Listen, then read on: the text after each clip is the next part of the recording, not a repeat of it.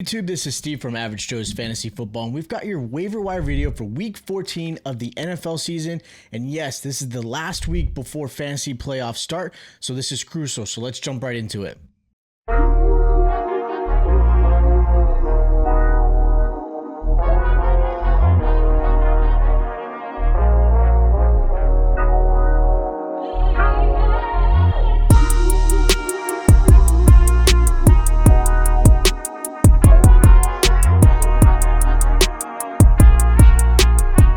So hopefully you came out victorious from week 13, and now we're jumping into the last week before the fantasy playoffs start. With that said, there's still 4 teams on a bye after that Thanksgiving break, and hopefully you guys are ready and prepared. There are the Patriots out, the Giants, and then of course the 49ers and Panthers. So when we're talking players, there's some good players that will not be able to help you out with that final week. Now, of course, if you've already locked it in, that is great for you, but these are still players that I really believe that could help you out going forward, either this week to get some success and of course going forward with some depth and things like that. Now with that said, I'm going to jump into the quarterback position. I've got 2 quarterbacks here that I really like. I got Jacoby Brissett, who I've mentioned before, and I've got Trevor Lawrence. Now Jacoby Brissett is available in about 38% or so leagues. They're going against the Rams this week, which is a tough matchup, but Jacoby's been fantastic. He has been quarterback 2 in fantasy in the last 4 weeks, and yet he's still available in about 38% of leagues, which is unheard of. He has been playing really well. And again, mind you, this is fantasy. We don't care about what the Cardinals' record is or how they're playing.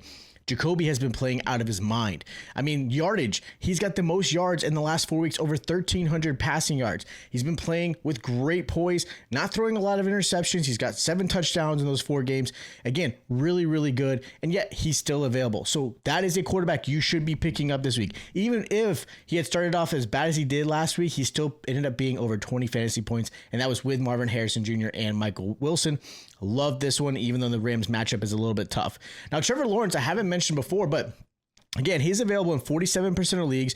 I actually do like the matchup against the Colts, even though the Colts have played really well this season. But Trevor Lawrence, quarterback 10 in the last 4 weeks. As crazy as that sound. Now, he's not passing a lot, but he is making plays on the ground. He's making plays, obviously, in the air. He's got 7 passing touchdowns.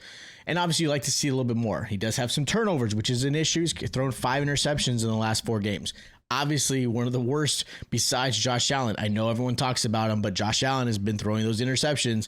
Trevor Lawrence has thrown 5, which is a little bit of a bummer, but he's been able to do well with his legs and, again, has done pretty well. Good matchup, not great, but I do like Trevor Lawrence as someone who could maybe fill in. Maybe you have Drake May, maybe you have Jackson Dart, Brock Purdy, whatever it may be. I think Trevor Lawrence is definitely worth grabbing. Now, jumping into the running back position, I only really have 1 running back. They're very far and few out there as far as available that is worth picking up. The 1 running back I do think you should consider picking up is Chris Rodriguez Jr. for the Commanders. He has been seeing a nice little uptick. Bill Crosby, I don't know what the whole hype was about with him. I'm not really sure why everyone was jumping on that train. I didn't think he was worth even stashing. But with that said, Rodriguez has some value. He has been okay, and you're talking more of a flex play if you need to play him. He hasn't been amazing, but he's put up enough points where he's worth it. He's about 9 to 10 points, like I said, in the stratosphere of flexing.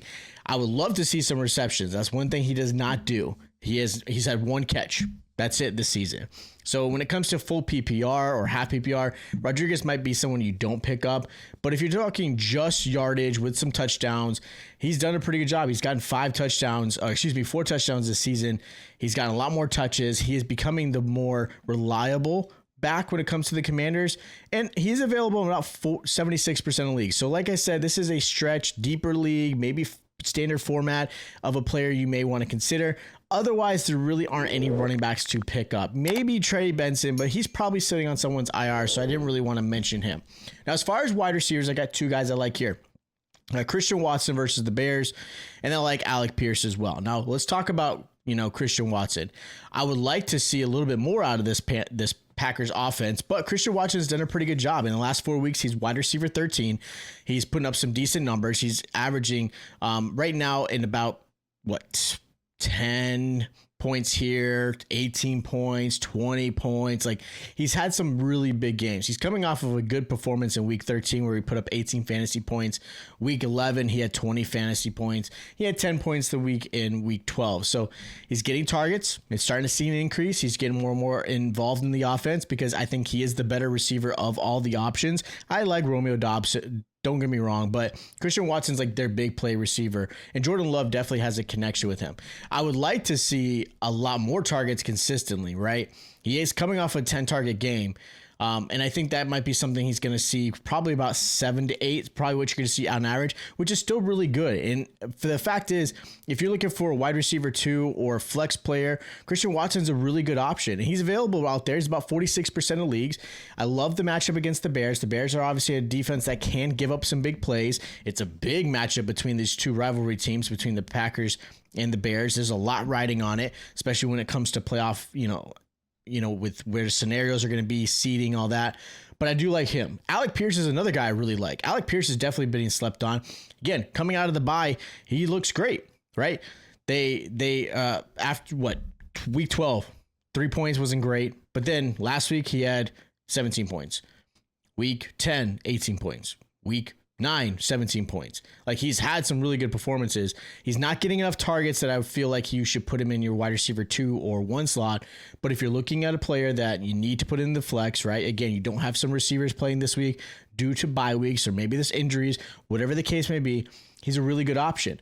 And the fact is, he's still available in about 44% of leagues out there, going against a Jaguars team that, yeah, defensively, they've put up some decent points, especially in the fantasy world, but Jaguars are going to give up some big plays, and Alec Pierce is probably the guy that takes advantage of it, so I really like him there. Now, in the tight end position, I've got Dalton Schultz here. I've mentioned him before. He's available in 54% of leagues, going against a Chiefs team that's very desperate right now. Chiefs defense actually does pretty good job against the tight end position. But again, I want to mention Dalton Schultz because I've mentioned him before. He's done really good, especially if you talk in the last 4 weeks. He's tight end 7 right now. He could be better, but he's doing really, really well. He's consistently about that 12 to 10 point range. Now, obviously week 12, he put up 1 point. That probably bummed a lot of people out. Nobody wanted to touch him. But coming off of week 13, he had 8 targets, 7 receptions, and 55 yards.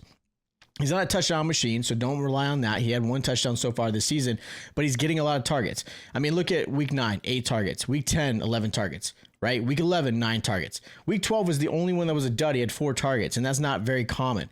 Now he's got CJ Stroud back, which I don't think was a big dip off from Davis Mills, because Davis Mills did target him. I do think CJ Stroud is going to continue that. So I do love the matchup, like I said, and I do love the fact that he is getting plenty of opportunities. Another tight end I really like, again, he's available in about 39% of leagues, is Zach Ertz for the Commanders. Man, is he coming off an amazing game. Right now he's tight end 10 in the last 4 games, but he's coming off of a really strong performance. Right? He had 20 fantasy points against the Denver Broncos. He had 13 targets, 10 receptions, and 100 yards. Is he going to get that every single week? Absolutely not. He's consistently a 9 to 10 point type of guy. He's getting about 5 to 6 targets. He does have some games where he gets a little bit more. I would like to see the touchdown start to happen again. He had a couple early in the season, but he started to fizz off. Now, with Jaden Daniels, we're not really sure what's going to happen with him, if Jaden Daniels comes back or when he's going to come back, but I do think that it's going to be a plus thing for Zach Ertz. But again, as far as a tight end goes, he's been doing really, really well. And if you look at the season, you're talking tight ends in general, overall, Zach Ertz is tight end 8. So again, he's in the top 10, and yet he's available in about 39 to 40% of leagues. So I would absolutely pick him up. Now, jumping into the kicker, I mentioned him before last week, Evan McPherson for the Bengals. Like I said, with Joe Burrow coming back, has been great. Again, a player that is not getting enough attention, because I think you got players that were concerned, but the Bengals kept that offense going. They kept getting them in positions to make points when it comes off of kicking. And Evan McPherson came off of an amazing game, 20 plus fantasy points. In week 12, he had 12 points. Like, he is right now kicker 8 in fantasy right now, and can be even better. I love where he's at. He's available in about 59% of leagues. People are sleeping on him. No reason not to pick him up. He absolutely needs to be signed onto your waivers. Put whatever fab you need if you need a kicker. And the last kicker I want to mention is Riley Patterson. Look, I get it. Patterson is on a team that you're not really sure how the Dolphins are going to perform, right? They can get down the field, don't get me wrong, but they also can lay some duds. But he's coming off a 10-point performance in week 11, a week 13 performance of 13 points. He's had a really good amount. Now, I'd like to see a little bit more. If you're looking overall as a kicker, he's in the outside of the top 20. But if you're looking at the trends, the last few weeks, which is something that I start to look at a little bit more, he's done a really good job, right? He's getting closer. He's kicker 12. So if you're in a 12-team league, he's a kicker you want to consider. And they're going against the Jets this week, where I give Miami opportunities to score and get down the field. So I really like him a lot. He's available in 98% of leagues because nobody has been picking him up. And the last position I want to talk about is the defense, special teams. We're going to stick with the Miami Dolphins. Look, the Dolphins are going against the Jets, who obviously have not been playing really well. Dolphins have actually done a fairly good job. Could they be better? Absolutely, right? I would love to see them do better, but they haven't been amazing, but they've done okay. They've done enough points where, again, they're having some wins for you. Miami right now, currently, if you're talking the special team aspect and things like that, is defensive special team 23 for the season. But they've had some really good games, and I love this matchup for the Jets. So like I said, if you're a owner of the Patriots, or maybe you're a 49ers and you still kept them around, surprisingly, there are some defenses you want to pick up. And this is a defense that I think, with the success against the poor Jets defense or offense, should have the availability to get you at least 8 to 10 points and keep you in for a win this week. So those are my 10 players that I believe you should consider grabbing for waivers in week 14. Reminder, again, if you guys haven't already, make sure you guys just subscribe to the channel, hit that like button, stay tuned to all my start and sit videos, enjoy the Thursday night game, enjoy the Sunday games and Monday, and of course, have a great week for week 14, and I'll check you guys out next time.